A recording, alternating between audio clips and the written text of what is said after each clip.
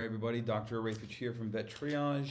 It is February 11th, 2025, 9:41 a.m. Pacific time. We are going through this issue of Veterinary Surgery. This is from 2022, April. We talk horses today. There it is. Comparative results of 3 treatments for medial, femoral, condyle, subchondral cystic lesions in thoroughbred racehorses. This comes out of Rood and Riddle, which is a massive equine hospital in Kentucky, and the University of Pennsylvania. Objective is to compare 3 methods for treatment of medial, femoral, condyle, subchondral cystic lesions in thoroughbred horses that are less than 24 months old. It's a retrospective study. They have 107 horses, all less than 24 months of age. This happened between 2004 and 2017. 3 treatment methods included arthroscopic debridement, intralesional autologous mesenchymal stem cell therapy, and intralesional corticosteroid injection. So just to recap this quick, the medial femoral condyle is in the femur has both medial and lateral condyles, and they're talking about the medial one, which is the inside part.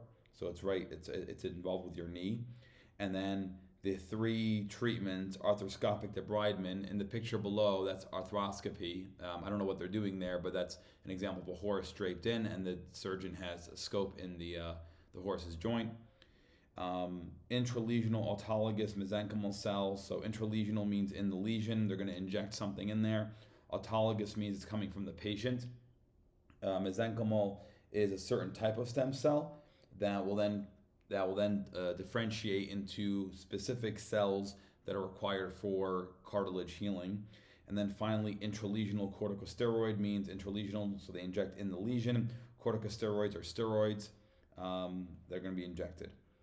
Results: 73% of thoroughbreds raced after treatment, 72% treated by scoping raced, 84% treated with mesenchymal stem cells raced, and 68% with steroids raced.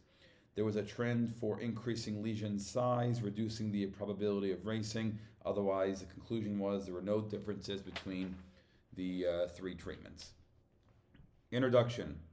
Subchondral cystic lesions are found in multiple sites in horses and often result in lameness.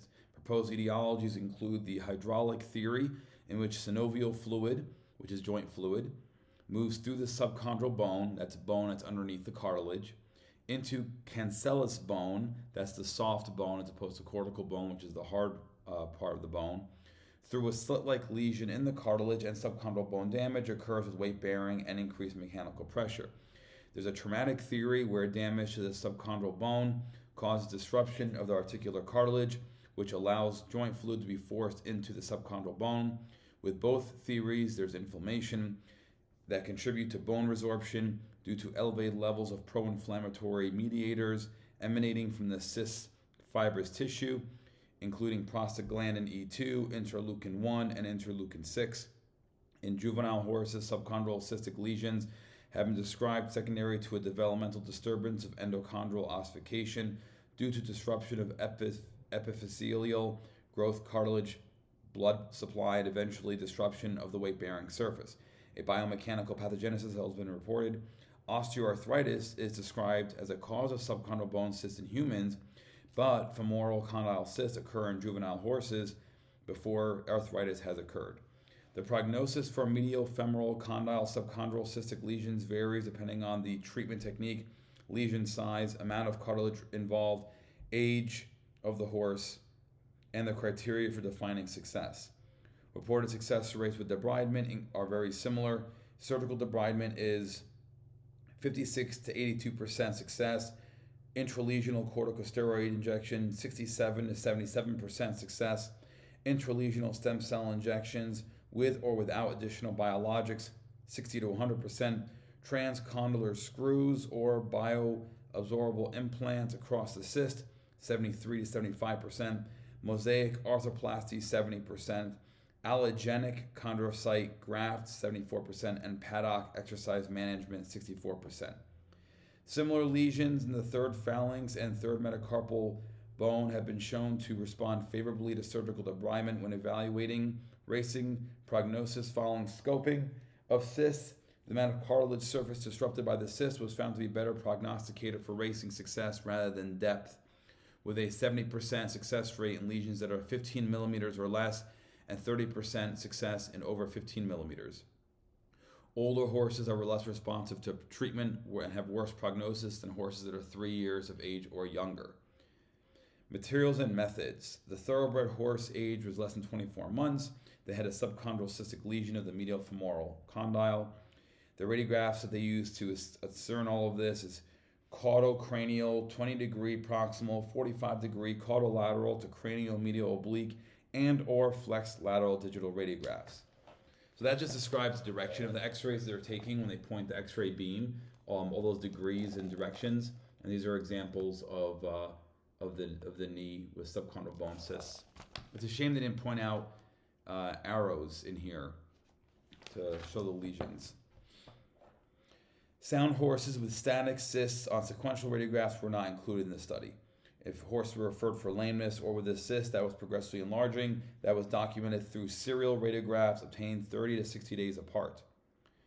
Regarding anesthesia, potassium, penicillin G, gentamicin sulfate, and fenbutazone were used. Xylazine, midazolam, and ketamine were used. Regarding arthroscopic debridement, the unsupported articular cartilage was removed using a combination of arthroscopic rongeurs and curettes until a margin of healthy cartilage well attached to subchondral bone remained. For the intralesional autologous mesenchymal stem cell injection, the stem cells were isolated from sternal bone marrow aspirate using a Jamshidi needle. They were sent out for culture and expansion. They received 20 million mesenchymal stem cells, which they injected. And then finally, for intralesional corticosteroid, they mainly used triamcinolone. When that wasn't available, they used betamethasone. And then here's a cool picture. You see that really thin needle going into the subchondral cyst. That's how they do their injections. And they assess that by radiographs.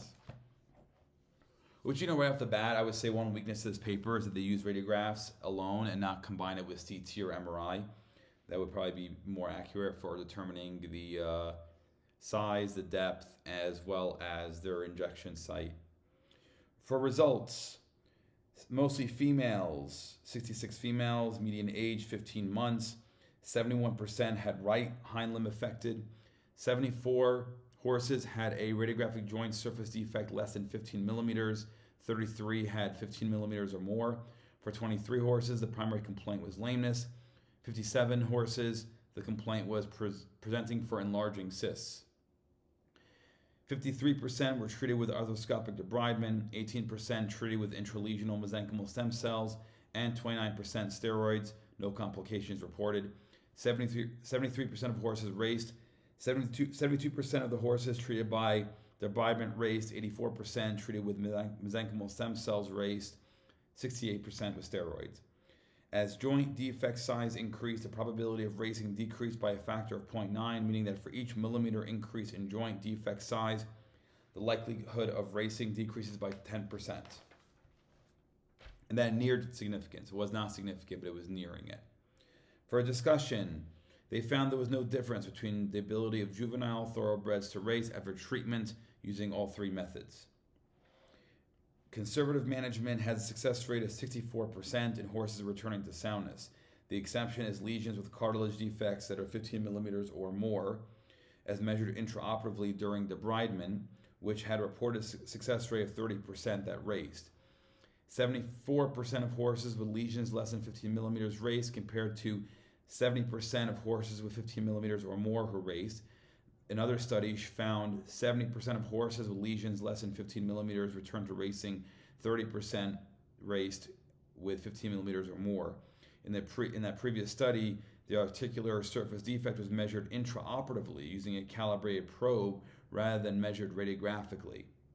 For each millimeter increase in joint defect size, the likelihood of racing decreased by 10%. The predominance of right stifle cyst over left was in agreement with other studies. The 72% probability with surgical debridement documented in the present study is similar to the 56 to 82% success rate described in the literature. For treatment of cystic lesions with stem cells, the success rate is 60 to 80%. For arthroscopically injected intralesional steroids, 67% and 77% returned to intended use, which is similar to 68% in this study that raced. 73% of all horses in this study raced. This is similar to another study that looked at the effect of age at the time of presentation.